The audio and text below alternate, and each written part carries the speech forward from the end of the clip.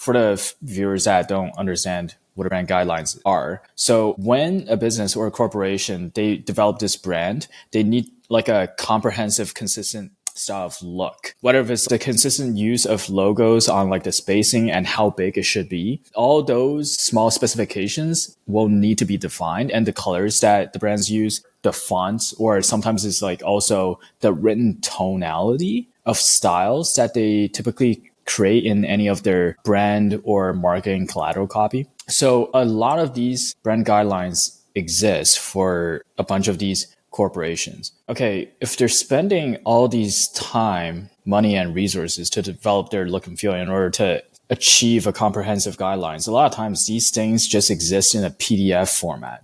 And then some of these brand guidelines, they are just available in the public. Like public can actually access it. And I don't think any brands is really self-conscious about people in the public discovering their brand guidelines. Sometimes they're literally turned into like a public URL that anyone can just review and see. If they're a big brand, they will need the media or journalists to use their brand properly, or like at least give them a guideline for the external partners to use their brands properly. Here we have the Instagram guideline that's just super easy to access. And they also have the logo pack right there available to download freely. When their employees' experience of these brand guidelines is typically as a very long PDF that's maybe like 200 pages if it's like a really old and comprehensive brand. So I know that this website exists. This website is called brandstyleguides.com. And essentially like they just created like a library or database of all these PDF brand guidelines that's available for you to review. Some of these brand guidelines are URLs. It's typically for like designers to get inspiration. And this was a big idea in my brain when I first discovered it. And then now I'm like, okay, why is it only online? It's still the similar corporate experience of like getting a giant 200-page PDF. This PDF is actually 225 pages. I'm just like, okay, some of these brand guidelines are really beautiful. They should just print this out. But who would actually benefit from these things being printed out? What if you just created like a physical manifestation of this branding style guides, but essentially you call it the brand guidelines library. Now, I think the easiest way to get like media coverage for this effort is probably with like a brand library pop-up where you're just like displaying and exhibiting all these like interesting, beautiful brand guidelines, but like in physical book format. And then for people to interact with, like it's people who are for the first time discovering these brand guidelines documents exist, or maybe it's just the designers that's in a huge affiliation or like appreciation for these brand guidelines and how comprehensive they are. And I think that alone, just having a physical brand library would get enough local media coverage in order for this story to go viral. But then once you get a viral attention to get some engagement, or maybe you've captured some emails, I think the real opportunity is to create a printing business, specifically a book printing business. And the whole premise is all these international corporations with their corporate departments, they probably don't have all these brand guidelines printed out physically to give to their employee departments or anyone to reference physically. Every individual, they learn or interact with the world differently. So I think there's a large demographic of these employees in corporate offices. They would benefit in their workflow or learning style for these brand guidelines if they just received a physical book. Plus something tactile, and it feels nice to get something physical from your department while working on the work of like, maybe it's like corporate brand design or something like that. So I think the real business is just like create a package deal, cold email or direct mail. It could literally be a direct mail to the local corporate office department leads, or create these like banner ads. Or maybe they're like the marketing department leader. Literally give them a package deal to say $1,000, and then you get 100 physical brand guidelines that are like up to 100 to 200 pages. Yeah, and also I was thinking about it also, like even like advertising agencies can benefit it too with the clients with the best award-winning and guidelines. But it could be for not only for bragging rights for for the agency, but also for the employees to either like showcase it or have it even as a physical collection, because sometimes happens when you develop a campaign can be digital, but sometimes like Rhonda said, it does have the physical material of all this hard work. It could be like a customization to that realm to, the Oscars they give to the winners and nominees like goodie bags of all those sort of things.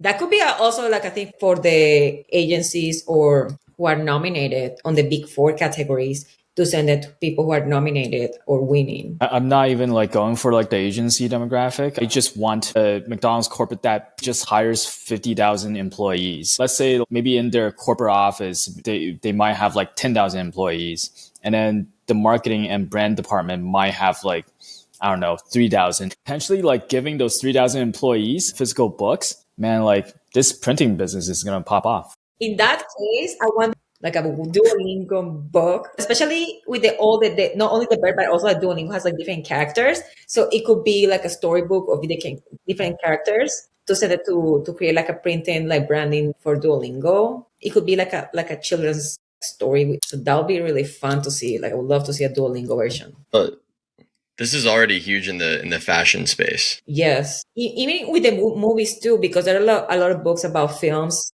Like for example, one of my favorite books of this style is the Hotel Grand Budapest. Like, Yeah, I think it's also kind of playing on the same thing as the Criterion collection for people who don't know. Like I'll show sometimes copies of these movies like can be worth quite a bit. Like they're kind of treated like these collectible hardcover books that fashion industry has definitely tapped into that. Would it be crazy to think that some people are like proud of their work? There are probably a lot of people who would want to buy these books just as something to have for themselves. I think it doesn't really matter how you sell this thing.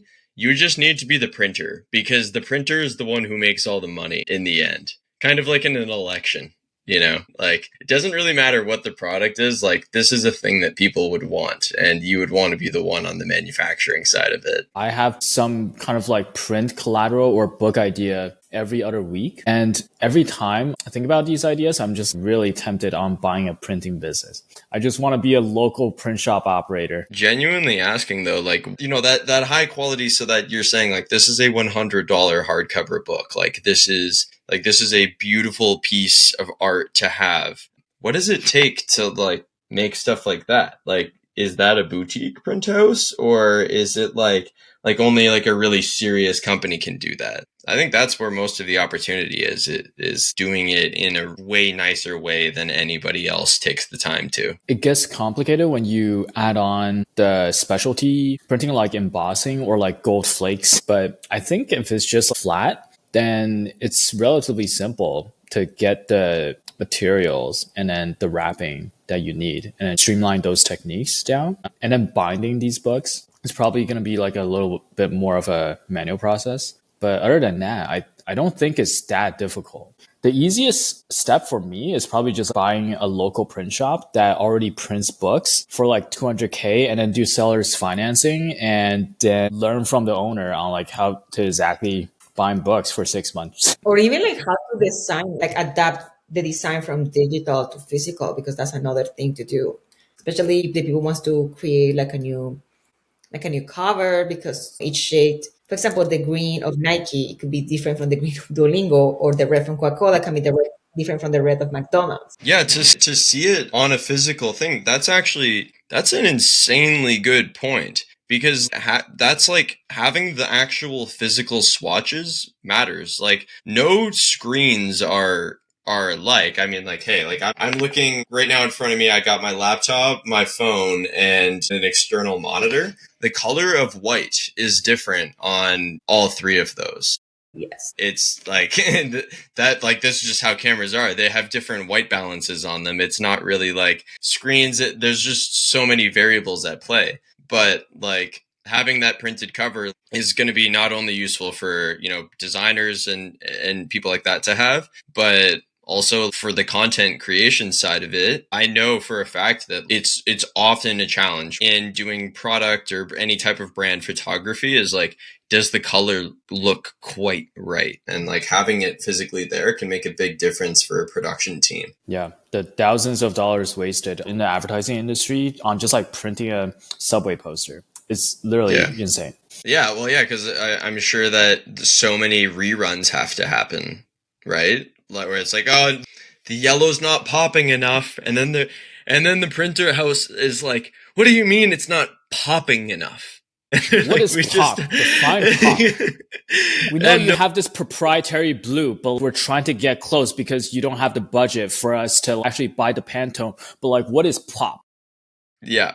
Yeah, exactly. And everybody's losing their minds, screaming, tearing their hair out. For that large scale corporation, like McDonald's, where it's like, yeah, they have so many employees. Like, this is just like such an obvious no brainer. If you were selling it to small companies like agencies that have like 50 or fewer employees and things like that, it's for vanity at that point. Like, you would just be saying, like, don't you want your office to like have this in it and look really nice in your waiting room? Yeah, put it by an Eames chair and then like take a picture of yourself. Oh, who did this? No, we did that. I can't imagine like the whole like pettiness and bragging rights, like having like this. We did the brand of this one. That was an easy layup.